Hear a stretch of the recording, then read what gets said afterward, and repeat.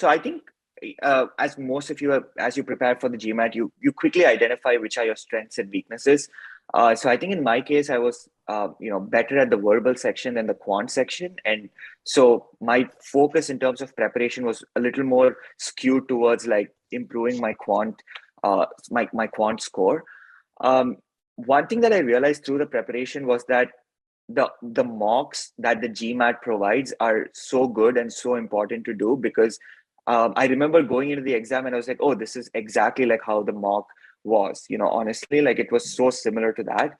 And I think what was really important was more that GMAT doesn't actually take like several months, or like it's not like, I guess, like um like a maybe like a CAT or some other competitive exam where you need like a long run of preparation. But I think the GMAT is more about like those few months that you do prepare, you want to be consistent. It's not even that you need to put in like 7 hours a day. I mean, definitely not so much. Like, it's more about consistently working every day.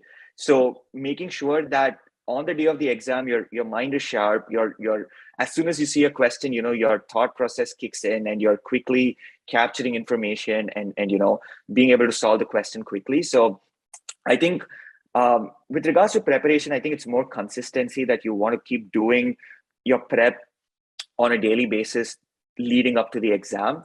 I think it's also important to figure out what is the best time for you to take it, especially if you're a working professional. So maybe that like that August to September period is maybe a little light for you in your job. So, you want to plan in advance so that you can dedicate time leading up to the exam to prepare.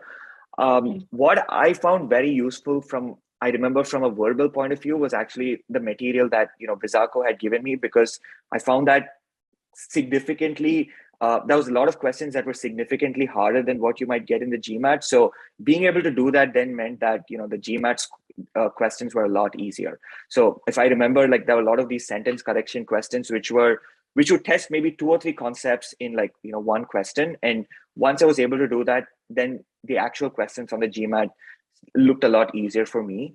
And for quants, I was on the other end of the spectrum, I guess, where I was, a little weaker in that section and I had to like build myself up. So in that case, I again found that both the Wizako prep material and also what the GMAT, provides in their official prep, I took a lot of the easier questions then to get more confident. So I think it's more about knowing what you're good at and where you want to improve.